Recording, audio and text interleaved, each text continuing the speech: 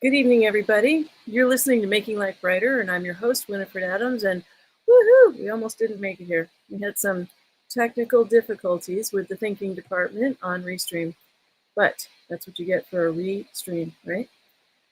Anyway, I have a special guest, and I have told you last night that I would be having a special guest tonight. So I just want to welcome you all here. And we have so many different things that are happening in our world very quickly right now. I'd like to invite you to follow along here on YouTube on Making Life Brighter.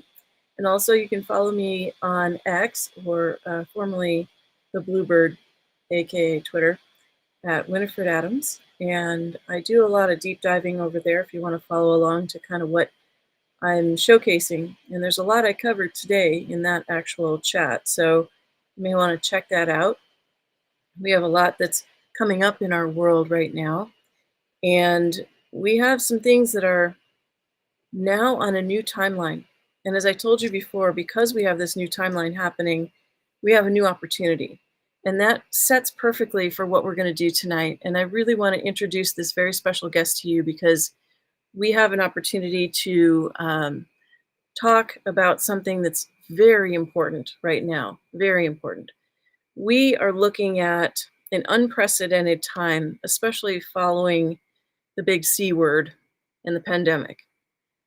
Our medical system is stressed. Our healthcare professionals are stressed. And in some places, they actually were having a shortage of healthcare professionals.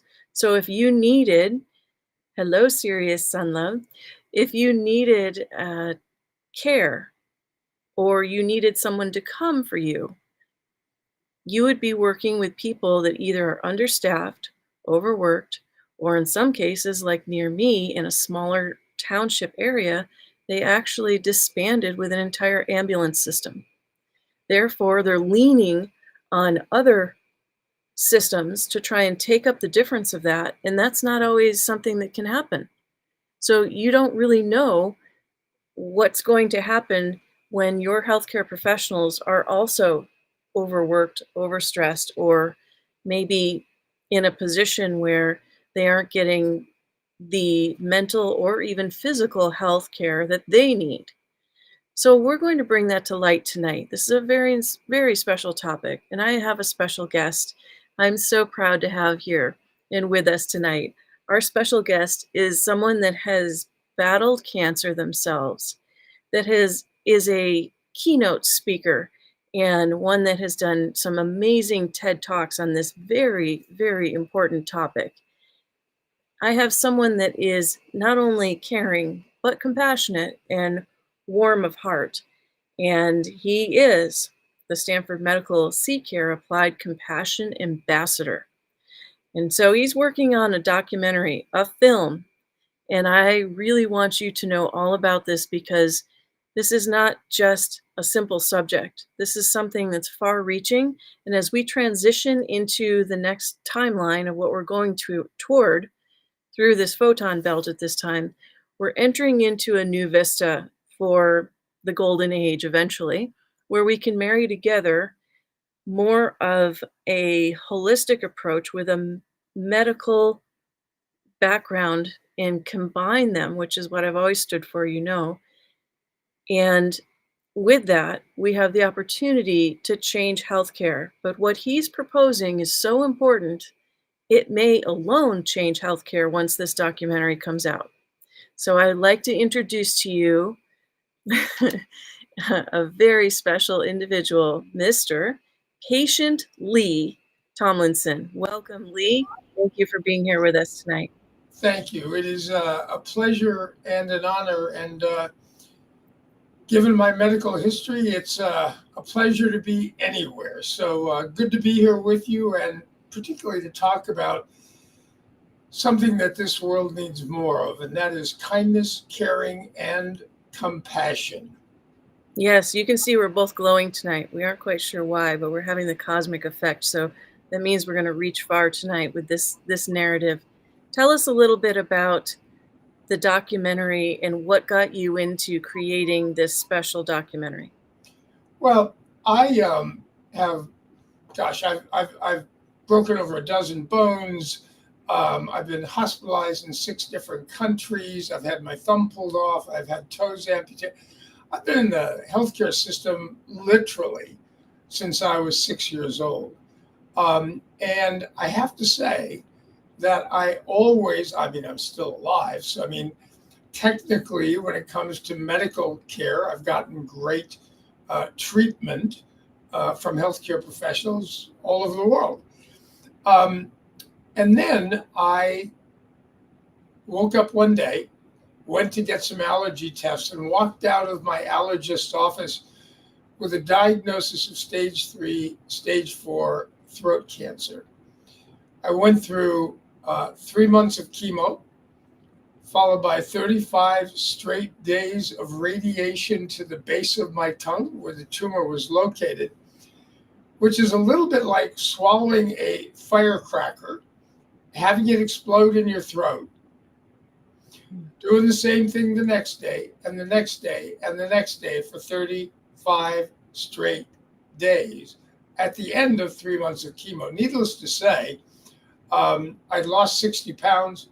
I was in excruciating pain. I had unlimited amounts of fentanyl to dull the pain, not remove it. And then I woke up in a hospital with what's called an unidentifiable septic infection at the site of my port. Now, I wasn't able to work, didn't know if I'd survive, didn't know if they had to do surgery that would stop me from speaking ever again, in excruciating pain, not knowing if I was going to survive. And now I've got an infection that in that moment was more serious and deadly than the cancer. If ever there was a time in all of those medical interventions that I could have used the smallest bit of simple human kindness from all those people that were taking care of me medically in that hospital, it was then. Yes, And absolutely. I got 0. These were the most insensitive, unkind, uncaring, totally lacking in compassion healthcare professionals I'd ever seen in my life. And here's the thing, is given my experience in healthcare over my lifetime, and the fact that I put my life into these people's hands makes them gods and goddesses for me. They literally control my life and death. That's a good point, really, because it's such a scary place for people, and having to give up control oftentimes is a difficult venture for them, and you don't know which way. You have to advocate in a way for yourself, and you had to do that. Well, advocate is one thing, but I was in excruciating pain, blinded by fentanyl, and now I'm diagnosed with this infection. And when people whose hands you put your life in don't care enough about you to give you simple human kindness or compassion, I figured I was the problem, and that the world would, in fact, as they were demonstrating, be a much better place without me in it. And I had enough fentanyl patches. All I had to do is put them on, enough of them, go to sleep, and my life would be over, and I would relieve those people of the misery I obviously was causing them. That's a powerful statement right there, because let's just pause there for a second. You are basically saying that it wasn't worth living because the care you were getting was so cold and cold-hearted. What's the point? Well, and not only that, it was evidence to me that I wasn't worth that simple human kindness. I was a problem to them, and the world would be a better place without me. The next day, the problem was, if I put on what I thought was, I could do myself in and leave my family with what's called a key man life insurance policy at the movie studio we owned. And it was worth millions and more than I was worth, but millions and millions of dollars. So that's why I thought ending my life could be a gift to my family, it could be a gift to this hospital, it could be a gift to these healthcare workers. Problem was, I didn't know how many patches. If I put too many on, it's suicide, can't collect anything. So I had to figure out how many patches to put on to make it look like suicide. Rather say, look like an accident rather than suicide. The next day, a fellow named Dr. Dean Adele, who you may recognize, was the #1 radio and television medical host for decades, came to visit, good friend, great doctor. And I was able, despite the pain, to tell him what I was planning on doing and why. And when I stopped and paused to catch my breath, because it was excruciating for me to speak, he did some amazing things. #1 is he put his hand on my arm, lowered his head, and apologized for the lack of compassion he said I had received in that hospital. Now, he had nothing to do with my horrible experience, but he took it on himself as a doctor to apologize for the misery I was in caused by the lack of compassion I had received. And then he paused and he said, "Lee, may I make a suggestion?" Now, he didn't just come out with his suggestion. He asked my permission. That's as polite and as kind as it gets. His humility, really, right? Exactly. He was humbled before you on behalf of the medical people. And respectful of me as well.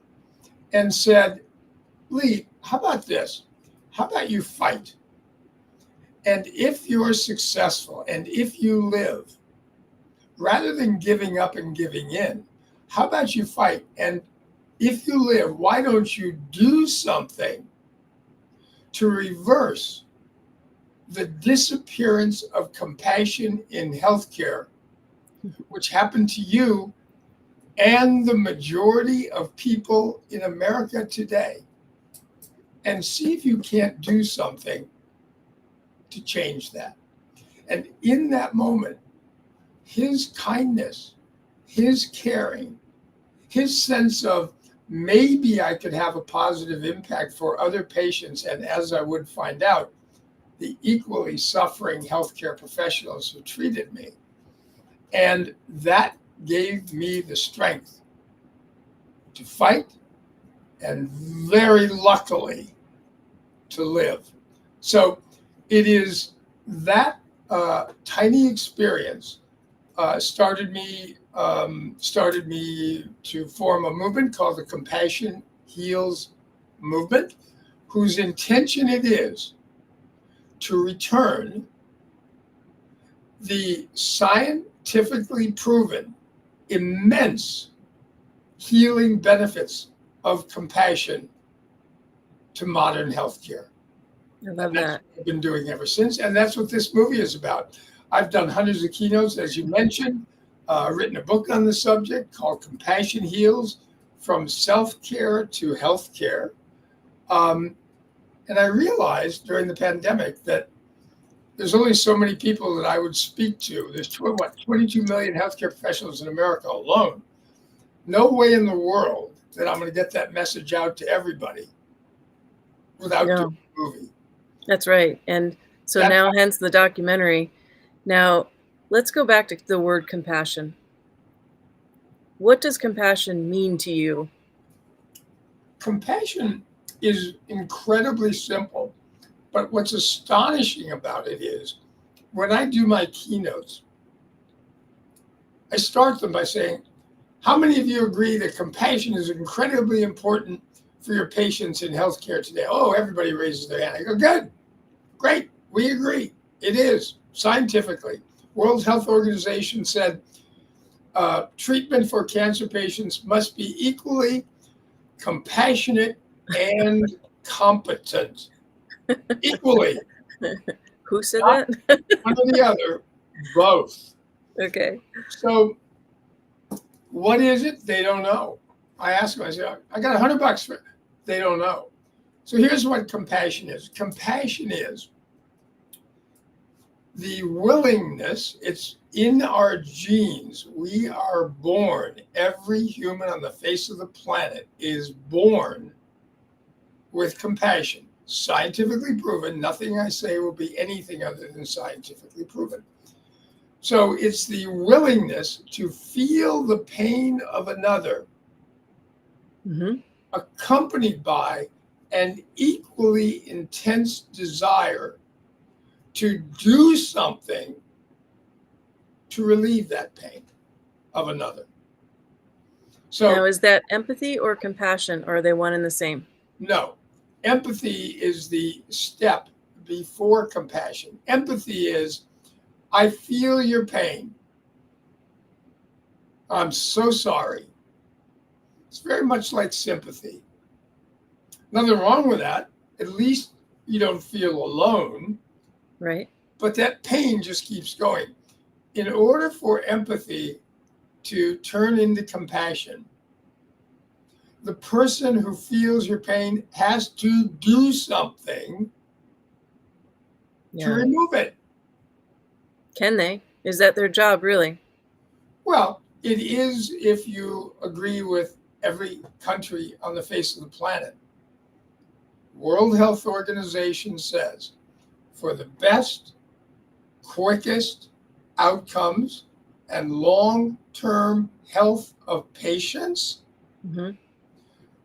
they must get equal competence and compassion. Not optional, ever. That's great. If what a healthcare organization or a healthcare individual wants for you as the patient is the best, quickest outcome in long-term health, they must be equally competent and compassionate. And it is, as Dr. Dina Dell said, rapidly disappearing. Why? From modern medicine globally. What's happening? Well, it's like we've lost our way. So much has happened. There's two real reasons. Number one, healthcare professionals are so incredibly driven by their compassion to relieve the pain of others. And unfortunately, when you work in healthcare, there's never-ending amounts of them. There's more, and there's more, and there's more, and there's more, and there's more, and there's more. There's never-ending. And the problem is, I don't know about you, but imagine yourself every day having to go to a hospital and deal with sick, injured, dying human beings, trying your butt off to do the best you can for them. Sometimes they get better, and sometimes they get worse, and sometimes they die, no matter what. I can relate. Come back the next day, and the next day, and the next day, and the next day. It is the hardest job, as far as I'm concerned, on the face of the planet. Indeed. And unless healthcare professionals give themselves the healing power of compassion and take care of their mental, physical, emotional, and spiritual needs, they burn out. And when they burn out, they become emotionally numb. Because that numbness helps them avoid the pain that they're experiencing. And it makes them emotionally numb and unable to be compassionate. So, to answer your question, the number one reason is healthcare professional burnout. Now, part of that is the responsibility of the healthcare professionals who's burned out to analyze, diagnose their condition, and do whatever it takes to stay healthy. Some do, some don't. We're trying to inspire them to do that more often for the sake of their patients like me. The second reason is that too much of healthcare has become a business, right, rather than a calling. Thank you. And the problem with that, I recognize that, as Mother Teresa said, no money, no mission. You need to have enough money to run a hospital. However, too many medical groups are run by organizations that are more interested in return for their investors than they are about helping their healthcare providers stay healthy and work with them to do that in order to give their patients the best, quickest health and best quickest outcomes and long-term health. So we've got to encourage, we've got to love those people who are doing that incredibly crazy hard work. We've got to love them and let them know how much we appreciate it and encourage them to take better care of themselves and remind them every minute. We also need to not necessarily call them by name, but to let the general public know that they need to do their homework to find out which healthcare organization is most likely to deliver equal competency and compassion. And there are ways to do that. So we need consumers to be better informed about the necessity for competence and compassion, to look for it, and if they don't get it, to go somewhere else. And need to encourage healthcare organizations to take more kind, caring, and loving care of their healthcare professionals so they can avoid burnout and be the kind, caring, and compassionate healers they were when they first got into healthcare. Well, you're wearing your gown as part of your talks. When you speak, you wear your patiently gown. And I love that. That's you have a profound story, and this is a segue into change that's also begging a question. And the question is, at what point does this burnout really begin? And are the healthcare providers compromised on some level within their own system? Yes. Oh, absolutely. First of all, just to be clear, 60 just after COVID, and I recognize that was an extraordinarily, unusually stressful time. However, 63% of all healthcare professionals in the United States reported multiple symptoms of burnout. So that may mean that they're not totally burned out, but they're close, which means that they're unable to be their best healing, compassionate selves. So if I'm a patient and you tell me you only need two things, competency and compassion, and for that you need healthcare professionals who are not burned out. Good luck.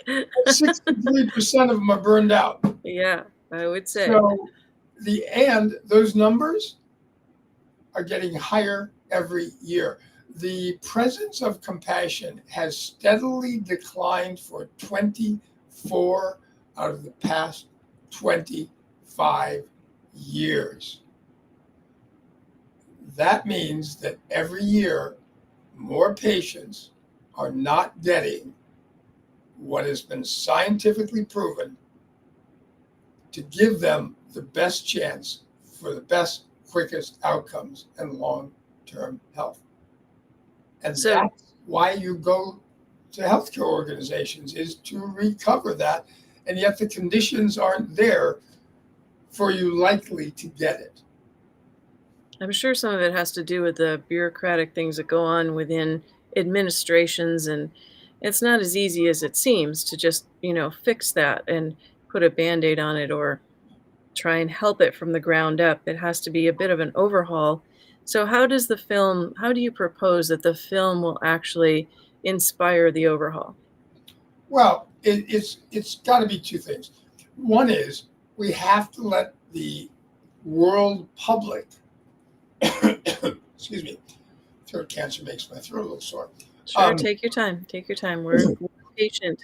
Thank thank you. I'm actually impatiently, but we need to let consumers know that the poor experience they had, we need to let them know how that impacts their health Right. and how it literally could cost them their life, Especially now. especially now because of the high burnout rates. And we need patients to take more responsibility for their treatment. In other words, they need to learn how to investigate whether or not the healthcare organization that they're going to, what the odds are of them getting equal competency and compassion. And there are ways to do that very, very, very precisely. We also need to support our healthcare professionals and let those organizations know that we know they're beating those people to death and we won't allow it. Yeah, so that's important. We need to call out, not by name, but we need to let the American public and the world public know of the necessity of getting competency and compassion, the organizations that are likely or unlikely to give it so you can choose, and then advocate, support your healthcare providers to take care of themselves by being kind, caring, and compassionate for them because they're in great pain too. Well, I think someone needs to sponsor you an app that lists the doctors by the most compassionate, and that's by, popular feedback. I think someone needs to sponsor your film and sponsor your app and have a bit of a database for you so that they can watch the film and they can see in real time like a scale that moves according to how many people rate that. Because the problem here, I think a little bit, if we just want to delve deep, because I've worked with doctors and the work I do and I've assisted them and I see their stresses too. This is no joke when you're doing like brain surgery, heart surgery, etc. We take for granted that gets done and then we go on our merry way. But for them, in that moment, the strain, the stress level, the average human being couldn't possibly imagine. Right. And then you have to go home and be husband, wife, dad, father, whatever, beyond that. And then you do it again the next day, and the next day, and the next day. Yep. These people, they need a hug. They need a lot of hugs. Yeah, I agree. But not only by us, but by their organizations. We need, as the public, look, without us patients ending up in their hospitals or their medical centers or their ERs or whatever it is, they can't operate. And if we start choosing the most compassionate organizations for our medical needs and not the ones that aren't, right, put a lot of pressure on those others. And it's going to inspire those who are picking up the new business to want to keep our business and make sure that their healthcare professionals are healthy enough to deliver what we as patients want, which is compassion, competency and compassion equally. That's beautiful. I love your message. I'm seeing an uptick in these urgent cares going in all over. I'm supposing that's because there's, that everlasting fear hanging over their head of lawsuits and other things that it's hard to function, and they're kind of branching out themselves to create their own centers. Yeah, it's been a downward swirl in terms of quality, compassion and competence. It's been a downward spiral now for decades. And the only way we can change that is by advocating as patients to bug the heck out of the government, Mm-hmm. to hold them responsible, to do our own homework, to find out whether the doctor, the healthcare center, the whatever it is, to find out how they're rated by their patients in Yes. the area of patient care, Mm-hmm. all of which are published, all of which are available with a couple of little swipes of your mouse. And those are the kinds of things we want to reveal, the science that proves that compassion isn't just a nice thing to do if you're in a good mood, but it's absolutely essential in every single interaction, every single day. Scientifically proven. And the most amazing thing is that the people in healthcare who are the most compassionate are the healthiest, happiest, best paid professionals in healthcare. Why? Yes. Because it's scientifically proven that compassion not only helps heal the patient, but also helps heal the provider. So it's medicine for both. Yes. And that's why. It sounds like a good formula. And so I would like to have you back, and I want to go deep into your actual healing journey because I think that's so vital. Um, I would love to ex- have your whole journey showcased because it's such an extraordinary healing story. Sorry about that. My computer suddenly lost its juice. Um, we Hey, have we need to be compassionate with our computers as well. oh my god, Make tonight sure especially. my Thank you. computer, if I don't pet it, and if I don't, give it oil and vinegar and whatever else, it just bites me in the you know what. Well, that's another thing, your nickname is Patient Lee, and it's a double entendre there because patient is in your patient and compassionate, but you are the patient. You've been the Yeah. patient. Because of you being the patient, you had this experience and someone blessed you. And that's really Yes. what it was. They came and they blessed you. Yes. And I think we forget that we're coming into this entitlement society where you I'm paying you, you do this for me. But what we really need to be doing is blessing our doctors, blessing our Yes. nurses, blessing ourselves, Yes. blessing each other, Yes. Yes. and it'll help everyone. Yes. I mean, I know it sounds simple, but the simple scientific fact is compassion heals the receiver and the giver. Yeah. Scientifically proven. What is it? Someone said, you want to make someone happy? Be kind. No You want to doubt. you want to be happy? Be kind. And Yeah. it's scientifically proven to be true. Simple human kindness heals what ails you and heals what ails me. The happiest, healthiest, long living humans on the face of the planet are the most compassionate people on the face of the planet. Thank you. Thank you, patiently. You can go to compassionate. Let me pull this up. You can go to the compassionhealsdoc.com and check out, and you can donate there and support this film because he's in the process of making it right now. And I want to bring this to your attention because you can have a hand in changing our world. And he's such a beautiful soul.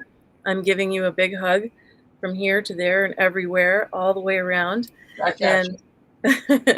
And God bless you, and may your voice be flourishing despite all that you've been through in here. Isn't it interesting? It happened into your whole throat chakra, and here you are putting voice worldwide Yes, to a simple concept, but it's so powerful. yes, yes. It is. It is the medicine to literally heal all that ails us. I love that. I love that. I'm sending you so much love. Thank you so much for being here. We will meet again. I would love you to go and check out his film, and then we're going to come back another night and we're going to go deep diving into his journey, which will, your jaw will be on the floor. You won't believe it. His strength is amazing. His story is crazy. It's so beautiful that to see you doing what you're doing. And I can't wait to see the film. I told you, I want a front row seat at Sundance. So I promise you. I promise you. I promise you. Front row. all right, we'll get a caravan. We'll come. We'll come Yeah. with compassion. The compassion bus. We're Yep. coming. Yep. We're going to be God. doing although we've got some corporate sponsors, but we're going to be doing some GoFundMe, Indiegogo stuff. So keep your eyes out for it. Okay, that is so wonderful. I thank you and God bless you. And stay tuned, everybody. I've got one more guest tonight, and we're going to do a quick update of our world and world events. And so, Lee, you can join us in the green room still, or wait to see us when we come back next time. But thank you so very much. And Patient Lee, everybody. And thank you. I just want you to carry on this message, spread the love, because he's doing something after having been through the most amazing comeback. I know how this goes. It's amazing what he's gone through. So God bless. Just radiate that love. Alrighty. Thank you, patiently, and everybody. And stay tuned. We have one more guest right here, right now, live on Making Life Brighter. We have our. We're going to try and do this again. I've done it this way before, but we're going to have a quick update because we're going into so much right now in our world, and we're going to have a quick update. So just stay tuned, hold for 1 second, and I have us here live.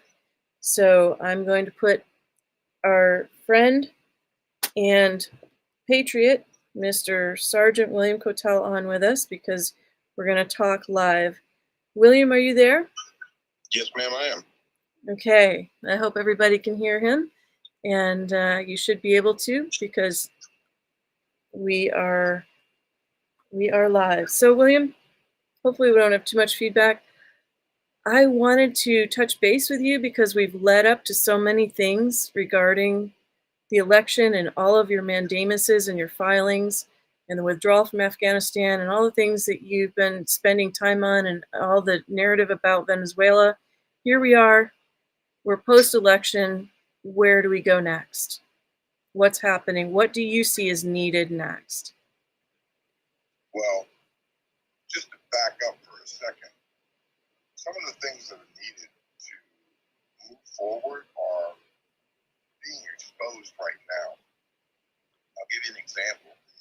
Currently in North Carolina, many people are suffering. There's a great deal of death and turmoil and a lot of problems. And some of the issues have become, I guess if you want to say, exposed to the public arena. And I will give you a little rundown of some of the issues. One of the issues is that FEMA has been ordering a National Guard to turn supplies and materials around for donation groups and companies that have been sending shipments down, which was very odd because they need these materials and supplies. Number two, that somebody in FEMA directed assistance to go to those that did not vote for Donald Trump. Now, how they would know about certain people that are Republicans and wanted to vote for President Trump, okay, and redirect that material and supplies, it is beyond me. I'm not sure how they knew. I mean, they may have access to information about certain people or certain districts, but the actions are horrific by somebody sitting behind a desk that simply doesn't like the current president-voted elect Donald Trump.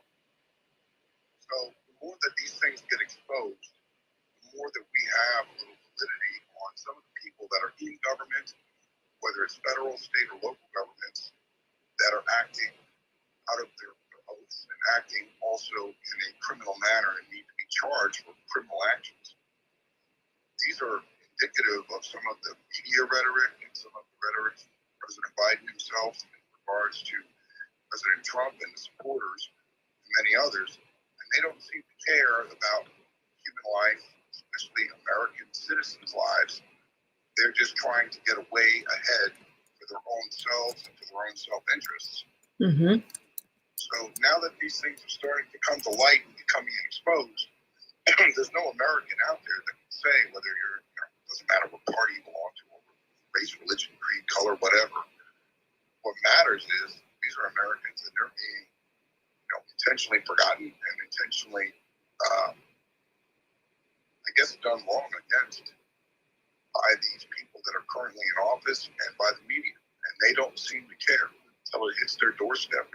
Same goes true for Hollywood. The same goes true for a lot of other industries that wanted some of these people in office. So I just wanted to touch base with you and your listeners on that aspect of things, because that's horrible. That is horrible. In Spain right now, they had this massive flood that hit Valencia. And the president and even the king were taking a lot of controversial hits because it took 4 or 5 days to get anything down there to them. They reacted very slowly and very poorly. Right. Rumor has it that Valencia was not in favor with the government for some odd reason. I don't know what that is. But that's a horrific action. That's 4 days. Here we are, 3 weeks, almost 4 weeks now after the incident in North Carolina from Hurricane Helene. And we're still not seeing the kind of response that should have taken place. No, now they're sending in people to take people's children, those that don't have a home. They're going to shut down wherever they're staying. And if they don't have a home for them, they're going in to take their children. Again, another action by an out of control and corrupted government. This is illegal. This is why the Constitution was written the way it was. This is why the Second Amendment holds true, why the Fourth Amendment protects from illegal search and seizure. And this is why citizens have a right to stand up against tyranny. This is tyrannical behavior, especially by an outgoing administration now. President Trump-elect has come into office. And apparently President Trump's the only one that's really been to North Carolina to visit it right after the tragedy and donated $25 million out of his own pocket to assist this. And so many people that have gone out to do outreach and provide material assistance, food, water, medicine, supplies, are being rerouted back out of the areas. It makes no sense. Yes, it doesn't make sense. And of course, we know about the so-called lithium mine and all the other things. But what people don't understand, and you can speak to this from your work is in the past, is the average person across America has no way to gauge that kind of devastation. And they aren't getting the truth when thousands of people are buried in mud and you can't even get to them. I think the whole region is in shock. It's such a devastating event beyond words. It is. I concur 1,000%. My heart goes out to them. And if we all remember, the fires of Hawaii quickly dropped off the face of the planet. It's no longer on anyone's radar. They don't know anything about what happened in the aftermath or anything. I mean, and there's a lot of catastrophes that are happening like that that aren't being recognized and not being dealt with.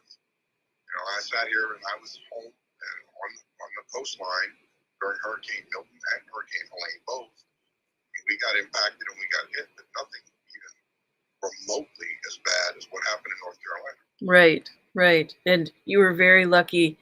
You really were. But now, well, today you just got an earthquake tremor. Did you feel it? Yes, it was a minor. Well, it was not minor. It was a medium tremor. It's not going to really create any tsunamis or tidal waves, but it still was felt here. But the epicenter, of course, was in the vicinity of Cuba. So, yeah, I find that kind of interesting. It's sort of odd that it's in Cuba. It's very strange. It's not common. Let's put it that way. It usually goes by Cuba or it goes before Cuba, but it doesn't just land in Cuba. So, I don't know exactly what they're doing, but maybe something changed after this administration shift, and maybe that which surrounds Cuba is also put on notice. I don't know. We don't know exactly what's going on down there, or sometimes who's setting off earthquakes, even by their testing or other things. There's a whole litany of possibilities that could put that into motion. But what do you see now with the upcoming administration shift regarding Maduro, since that's a hot topic with what you focus on? Well, first off, what I see happening now is I see that President Trump, when he's inaugurated into office, is going to need 100% all executive branch agencies and organizations to work under the auspices of the actual laws. And I've spoken about this before. I'm urging anybody that can deal with him to ask him to please put out executive orders to ensure that the conduct by these agencies is correct and by the law. So if Right. the president says, I'm doing this, and then says, hey, XYZ agency, you will do this, and somebody along the way in that agency decides to change those orders to give him a black eye, that person needs to go to jail, most Ricky Tick. This is all very significant because it goes back to people not wanting to work for him. They make him out to be a monster for some odd reason. I mean, there's things we can all agree about that he does right, and other things we can agree that he does wrong. That's fine. But that's still the President of the United States, and all offices and agencies are to follow his orders. I mean, he's not going to order us into a war. He's not going to order us anything wrong. He's going to go after the economy. He's going to go after energy independence and many things like that. In order for that to happen, everybody's got to get online. And the other part of this whole equation is the media. The media needs to be held accountable for things that they've done and said. When they've created problems in the past, they need to be held accountable on civil liability through the SEC, which is civil fines. But when they've created things that caused either riots or panics or falsehoods that created some kind of injury or death, they need to be charged criminally. That's the way that the FCC is supposed to monitor and maintain. We've had, under the Biden administration, zero, and I mean zero oversight. Zero oversight on the border, on immigrations, on the economy. We're talking banks and credit card companies and loan companies just skyrocketing prices and interest rates and really screwing the American public. And there's zero oversight. Consumer goods, you're talking about like groceries and goods and services have gone up exponentially without really any oversight or cause. When the Federal Reserve raises the interest rates, normally rates come down to curb inflation, but instead they're going neck and neck. So interest rates are being raised by the Federal Reserve, and then all the consumer goods and products and services and other interest rates and loans have all started to skyrocket. So they're both out of balance. And this is out of control. This is the biggest thing that President Trump has to look at in order to let the American people be able to pay their bills, just straight up pay their bills, let alone worry about other issues. As far as Maduro and Venezuela goes, Maduro is right now in Venezuela the key threat to the American hemisphere. That country has destabilized South and Central America, pushed its influence into the United States through immigrants and now these Venezuelan gang members that are conducting military-style disruption operations within the United States because they're being told to. They're hosting China and Russia, and they're hosting Iran and other cartels and other terrorist groups.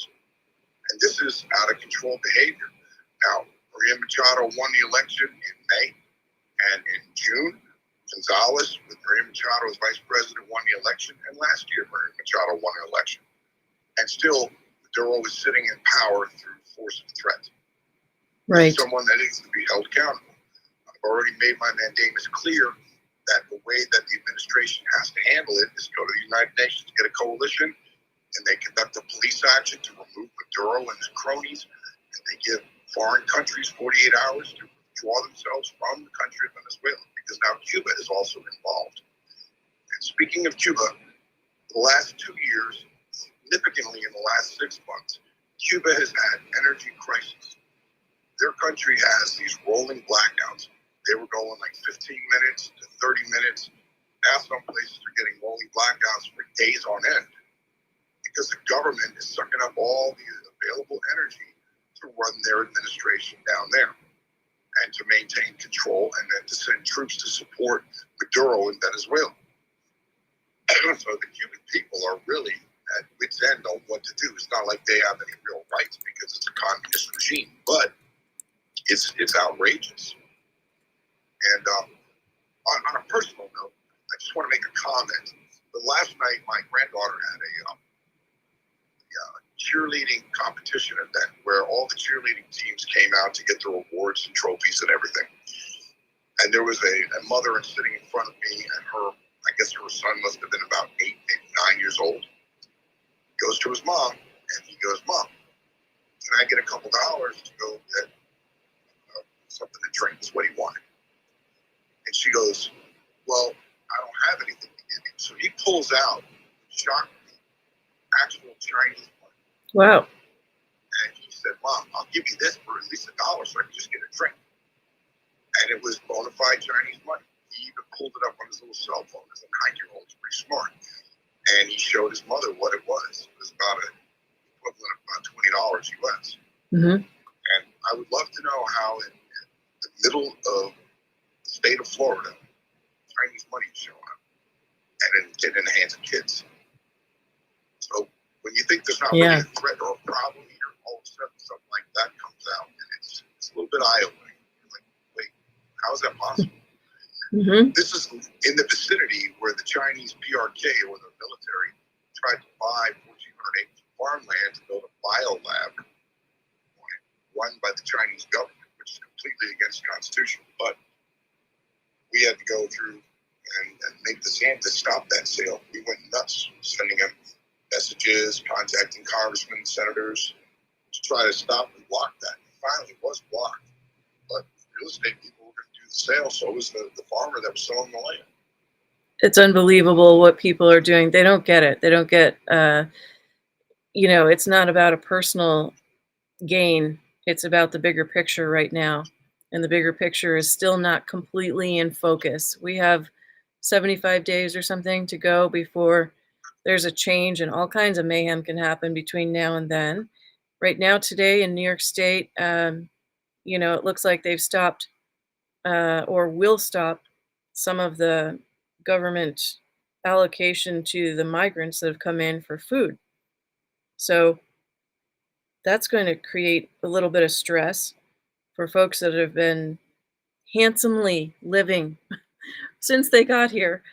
And the change might seem abrupt, and who knows what will happen at that point, because I don't know how well they're integrated into society.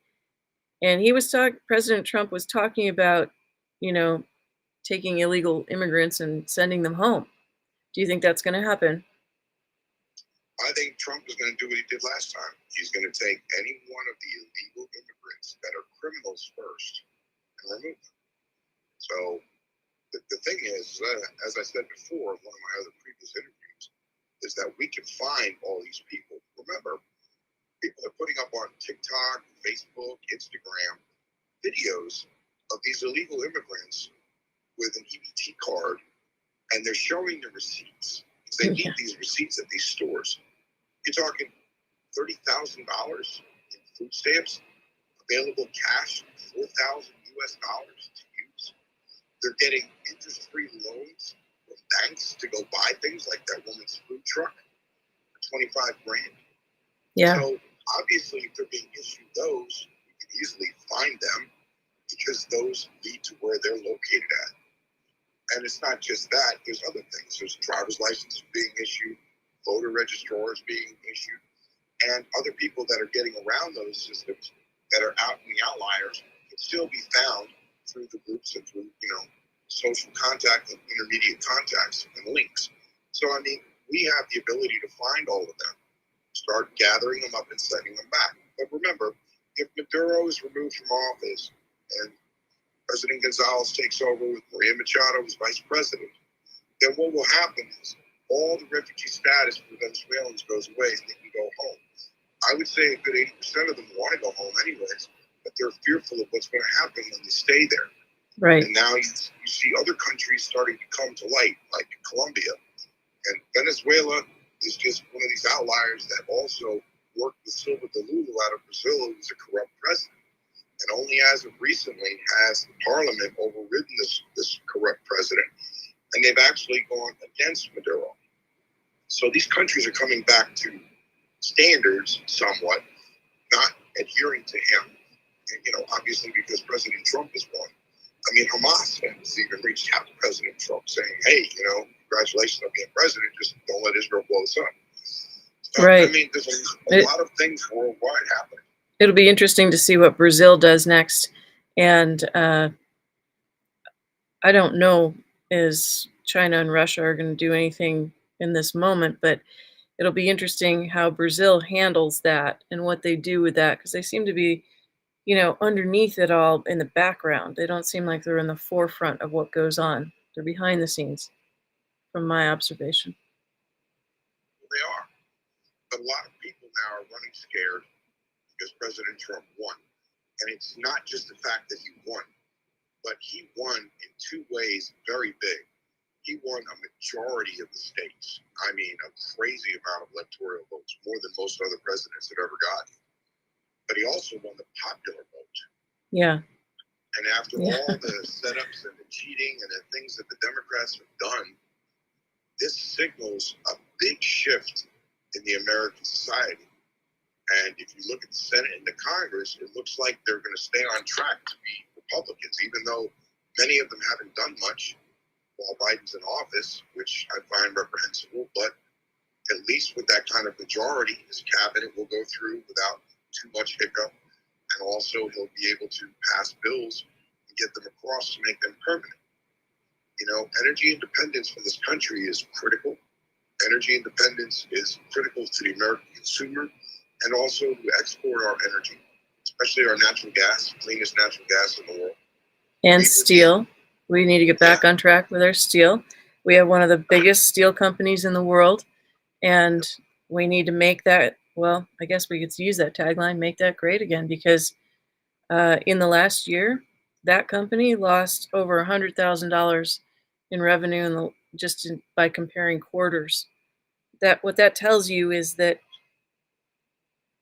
we started to wane as the go-to for that, and steel is the infrastructure for much. And you've heard President Trump talk about that previously.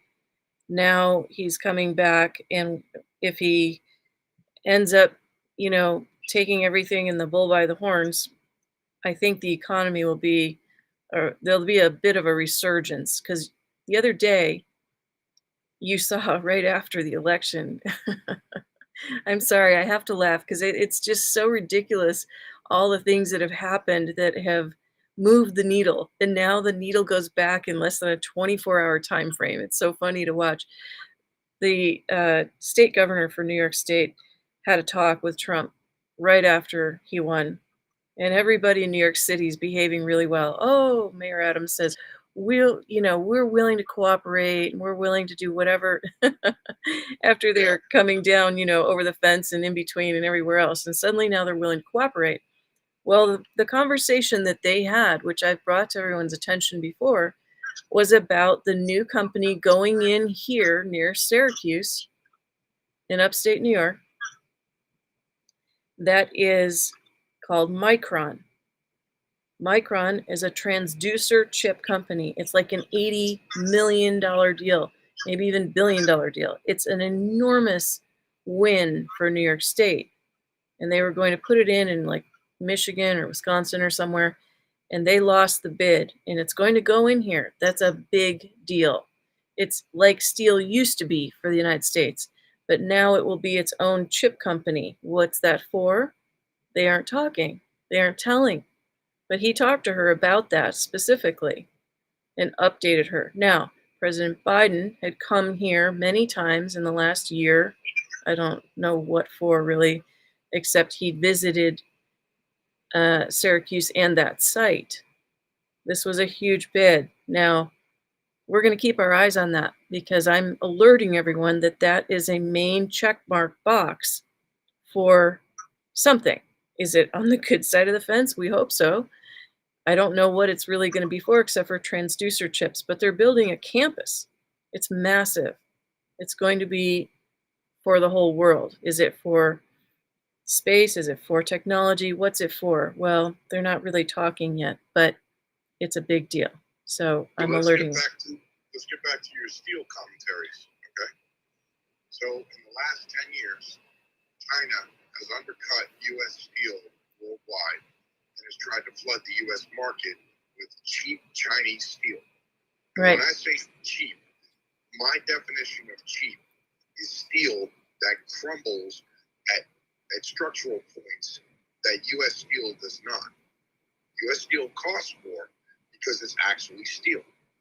Right. It's kind of like Chinese gold. I know. Well, it has a lot of byproducts in it. Alloy. This is Mm-hmm. one of their techniques of industrial espionage, to undercut people. China plays what they think is called the long game.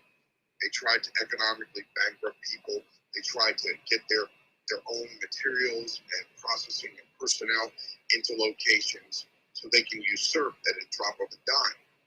But the thing about China is no matter how much they try to do this, the American average worker with the American patriots that are out there, they smell this, they see this, they look at this, and they expose this. Now, is President Trump going to come in and allow a Chinese company to open a steel factory in the United States? No way. And produce steel where proceeds go to the PRK, the Chinese military, which is substandard steel that can't really be used in most structures? Or are they going to go back to American steel? Obviously, you know what President Trump will do. Biden's for the quick buck and for the quick amount of money, and Trump is not.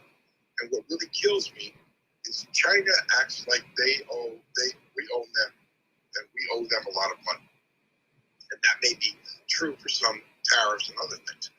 But China owes us 10 times the amount of money for all the important taxation things that they've been getting over on. And only administrations like Obama's and Biden's administration have allowed them to get away with that kind of debt. So when they had that meeting in California, and the Chinese were with Biden and them talking in California a couple of years ago in regards to financial issues and economic issues, if you notice, the entire Chinese delegation eyeballed Janet Yellen. They were scared of her. Why? Because Janet Yellen is very aware of the debt China owes to the United States. And whatever they claim that the United States owes, China owes 10 times or more that debt back to the U.S. for other information or other importations and other tariffs. So when you look at the economic game of their little playing games with this Chinese steel and other kind of products and materials, and also moving their people into locations here, claiming, hey, Chinese company, Chinese this, Chinese that, there are serious problems with that. And that's something where we need to go back in and stop them from coming in.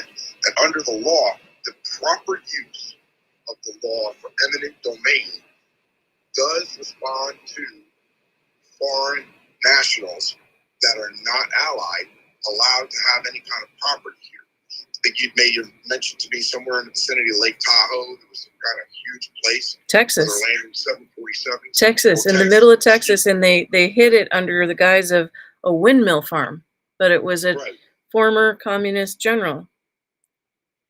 These are the kinds of places that eminent domain would apply to. If they had built this bio lab here in Florida, eminent domain would have applied there. The sale would have been illegal. The person selling the products that got around that stuff might have been charged, but the people that own it or claim that they own it, if they're Chinese foreign nationals working for the Chinese military or government, they would be expelled from the country. And that land would go back for auction sale to the regular public. So that's why laws like eminent domain were put into place. Not so Obama's administration would take farmers' lands or cattlemen's lands and give it to whomever he feels. And that's what they were doing. So, you have to look at that and really understand that the United States Constitution, the way it was written and those laws, coming up with things like eminent domain, for protections for the American people, not to be used against them like some of these administrations have been doing. I'd really like to know Trump's take on Bill Gates because, here we have it happening from within. Bill Gates is buying up farmland here, there, and everywhere. He's also, I think, one of the worst perpetrators of genocide on the planet, and I'll just put that out there pretty square. It's we never hear Trump talk about Bill Gates, but I'd like to hear him weigh in on Bill Gates. Let's go back to prior 9/11 for a moment. Okay, Microsoft was just coming out in the late 90s with their Office product. Do you remember that? Yes. Okay. So in 1996, when they created the Word documents, when you use that older software of Word documents, if you typed in the first flight to hit the World Trade Center, which was RQNY33, you typed it in, highlighted it, and then put it in what's called Wingdings 2. Once it hits Wingdings 2, it showed two buildings plus a Jewish star equals a death's head. Wow. That tells you that 4 years, 5 years actually, prior to 9/11, people were working in that realm of IT and technology to make these Office products, and that they utilized their skills to put hidden messages in. That means they knew back then. And they knew what bin Laden was capable of. And so did President Clinton at that time. When General Shelton, the chief of staff, had bin Laden in his sights on 3 separate occasions, President Clinton said, no, you will not engage him. Because one was at a wedding, and I understand that completely. But the other 2 were in mountainous regions. Now, had we hit him before then, 9/11 may not have happened. People like to forget this kind of stuff. Yeah, why did Clinton say no? No one understood why. No one got it. We all know that his wife hated the military. She tried to get the Marines in uniform out of the White House. She couldn't do that under the law. I mean, there was just a lot of things that went on with that. They were so petty that when they left the White House, they took the White House silverware in China. I mean, that's been around for over 100 years. Why would you do that? Anyways, I'm just... That's illegal. It doesn't belong to them. It belongs to the White House. Well, it belongs to Clinton's kitchen now, so...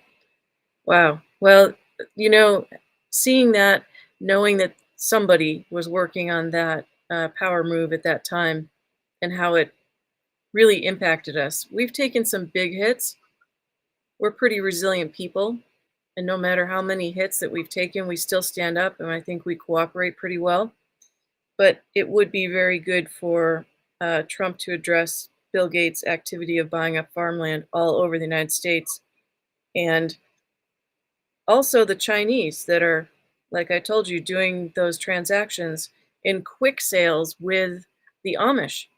Do you know, it's really interesting. Recently, there's been so many accidents with the Amish because the Amish have their own communities here and in Pennsylvania, and they literally use horse and buggies, and they go on the same roads the cars do. And recently there's been tons of tragedies, deaths, hospitalizations, they collide. It's no good. But they have their own banking, and it's kind of free and clear, even though they voted in Pennsylvania, and they did come out to vote. They even helped in the voting process. Yep. They are a quiet backbone in their own world, but they've been doing a lot of transactions in their private banking with the Chinese for land in cash deals. So, that needs to be looked into too. What is that? Why is that? What's happening there? And it's okay that people can buy land. The head of Alibaba bought all that land in the Adirondacks, and it has its own 747 runway strip to that. Used to be the Rockefeller estate. He bought that up there. Why would he park there? If you have all that money and you're the head of that corporation, why would you park there? Well, it's not far from New York City, but it's far enough away. You're out of the way. Most people aren't going to see you fly into the Adirondacks. I don't understand because Fort Drum is right nearby. So how is that happening? Like I said, many times over, those executive orders for President Trump need to come down on all agencies: Department of Defense, Department of State, Justice, FBI, DEA, ATF, the whole nine. They have to come down on them. Federal Reserve. Those executive orders have to be written in government speak. And what that means is that government speak, you have to list two no later than times. One, 24 hours, you have to respond with someone in authority that says this will be done. And two, you have no later than 30 days to give a status report on it. And that would be an internal audit and investigation of anybody and anything that could have acted awry or out of sorts or not followed their orders. Remember, government employees are under oath. If you violate your oath, that's a chargeable offense. Sometimes a higher misdemeanor or a lower felony, or sometimes a higher felony. So, we're all speaking plain on how this works. And that's why those executive orders are important. As I stated before, there needs to be 3 examples set. And those examples should be with the FCC and the media, using the FCC to crush the media that are out of sorts. The second one should be dealing with the Department of Justice, and the third one should be dealing with the corrupt in Congress. There's 4 of them I named. And the reason for that is so that people understand this thing has teeth. So if you're a guy that wants to go down there and be at some, say, Border Patrol office in Texas, middle of, Nowheresville, and you decide that what President Trump ordered you to do is not to your liking, and you're just going to do it your way, then you're going to get slammed and be held accountable. Remember, government employees, they're not so simple to fire, but they can be removed from placement and access. In other words, they can be removed from their current job status. Any security clearances can be suspended, and they can be made to show up at work every day, just not anywhere near any of their ex-coworkers until things are done. And this can even be done on an administrative level. If they come in and they exhibit signs of not willing or wanting to do their duties correctly, then you can administratively do that. So the president has a great deal of tools at his disposal to make sure the government does do its duty. One big example is FEMA. FEMA right now is a failed event. I'll give you a great example of what happened. Hurricane Katrina hit New Orleans like nobody's business. And I never went to New Orleans, but 8 years after the fact, in 2015, I went to New Orleans. That city, all the city areas around the tourist districts was still a pile of rubble. And between FEMA and President Obama and President Bush Jr. and also Governor Jindal, there was over $8 billion given to rebuild those areas like the Ninth Ward. It was never done. Instead, you had business tycoons that were in real estate securing the money, and people would sue to find out where the money was. Right. They couldn't find it.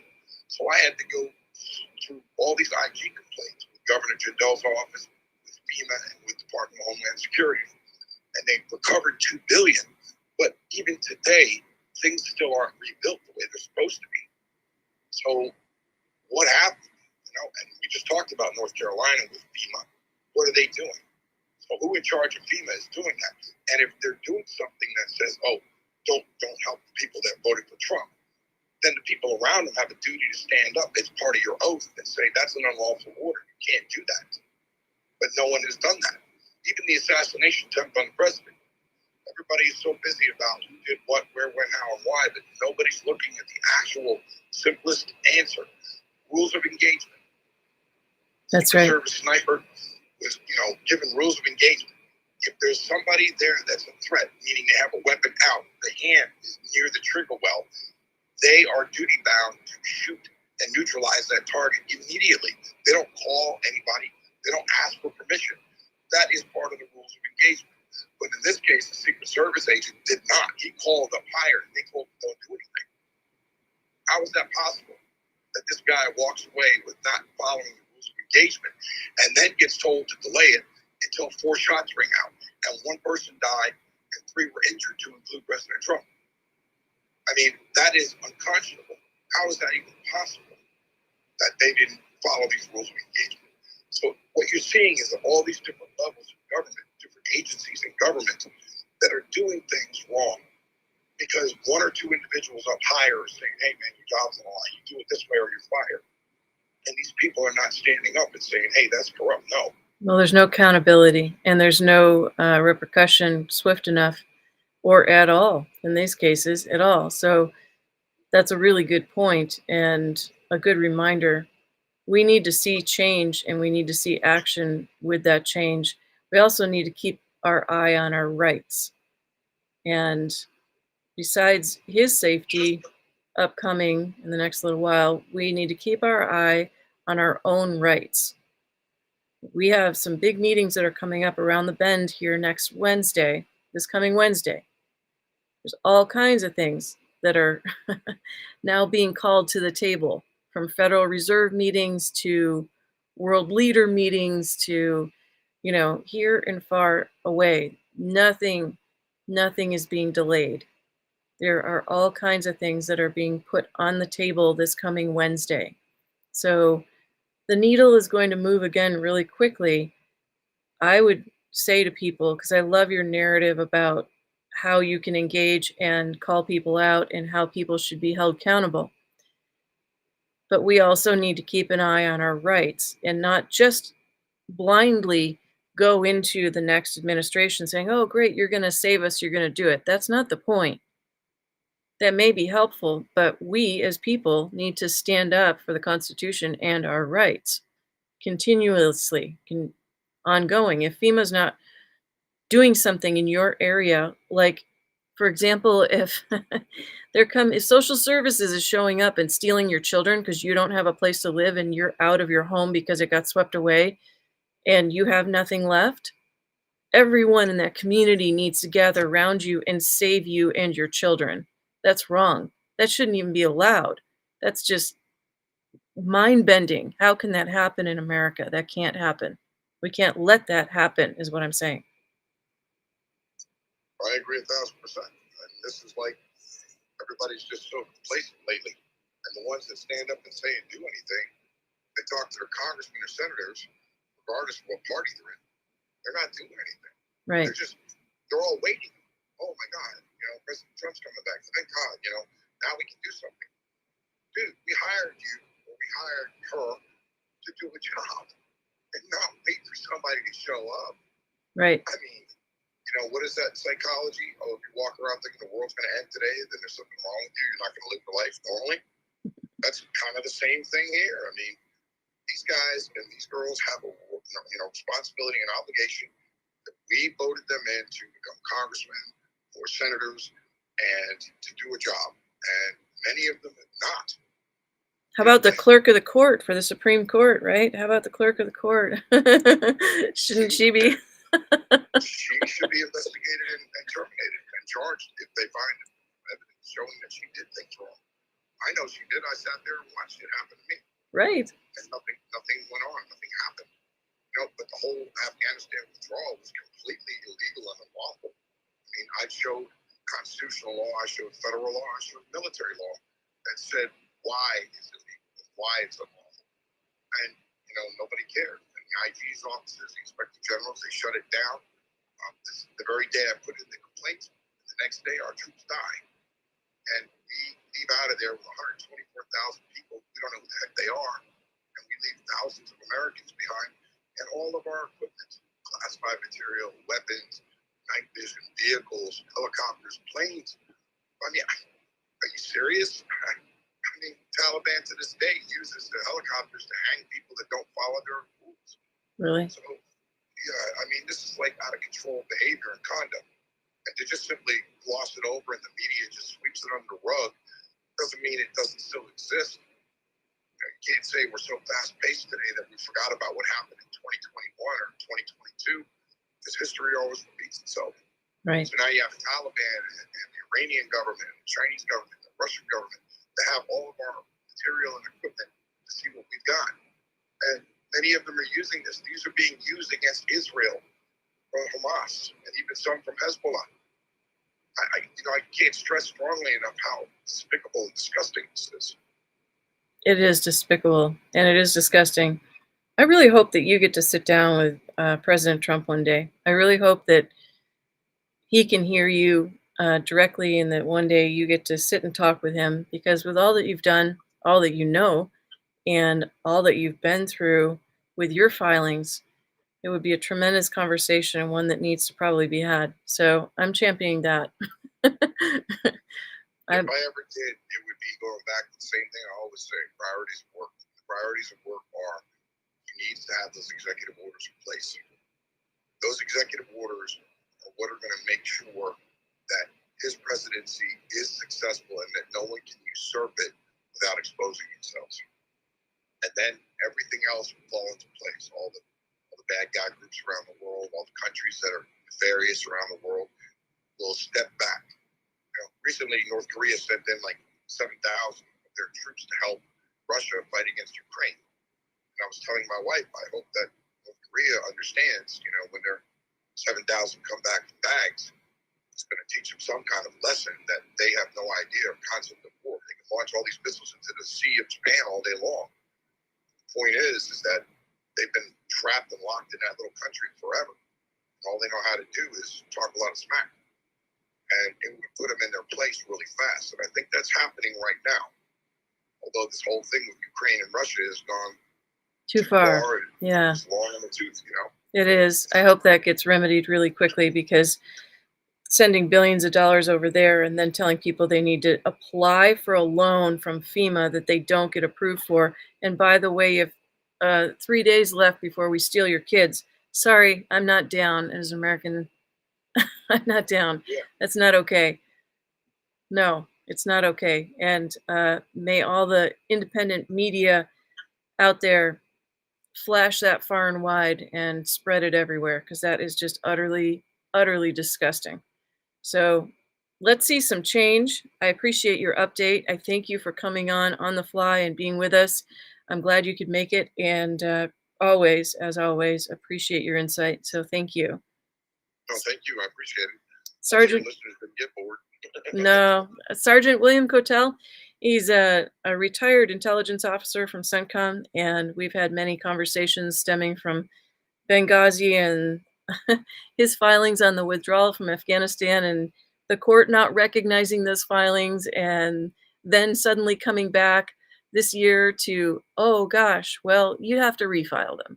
What? Years later, we dismissed it, and now you have to refile them? Are you joking? I mean, this is the kind of gaslighting, the kind of mental anguish, besides the actual events that you referenced here in tonight's talk, that are going on, and people just skim over them and they don't see the through line, that they keep moving the needle, and they set up the needle for the long game, as you call it. So people, just as a correction, they never dismiss the case. What they do in the Supreme Court is they hold my case in the loop. What that means is my case is in limbo. So it's stuck at the clerk's office. It doesn't go forward and get a number, a court number assigned to it, and it doesn't get dismissed or kicked back to me. It just stays in lieu of until the corrections are made. And the corrections were made back in 2022, right after I got the notification. And then I didn't hear from them until 2024, saying you still didn't do the corrections, which of course I did. I did it again. I provided those to Ms. Adams, so if you're on our website, you can see them. But understanding that I still have no response from the court, even as of today, so my case is still in limbo. However, I did do federal filings against Maduro and asked the administration to do police action because they're failing to do their duties. And I used that mandamus as one of the exhibits in that, so that I could at least have it on file with federal court.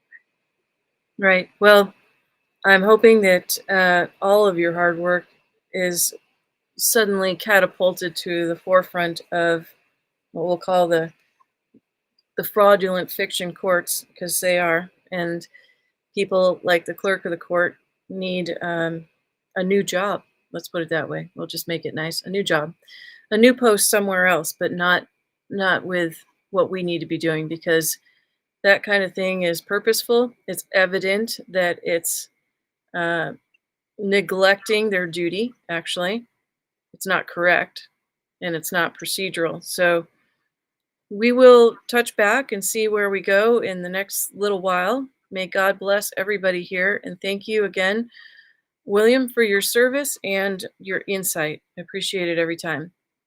Thank you all. All right. Good night, everybody. Thank you for being here. Thank you, William, for being with us, and we'll talk again soon. Thank you, everybody. I hope you go jolly. I have some more for you upcoming soon and some important points, and we won't go on too long. So thanks so much. Go jolly, and remember, compassion heals. That's our whole thing today. So you can check out Lee's site, as I noted, and stay in that compassion. Go help him make that film and get it out there. Go jolly, everybody. Have a good night.